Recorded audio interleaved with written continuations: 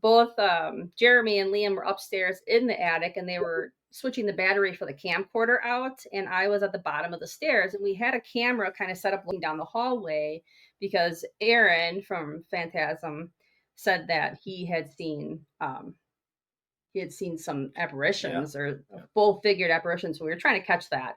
And so I'm standing at the bottom of the stairs and asking the guy, like, hey, did you need help? Do you know what you're doing? And in the bedroom that's next to us, which is like the little kids' room, clear as day, I heard a little gurgle. And I was like, what is that? And so, like, I walked in the room and I'm like, ooh, and I told them, I'm like, I hope it caught on camera because it was just loud. And of course it did.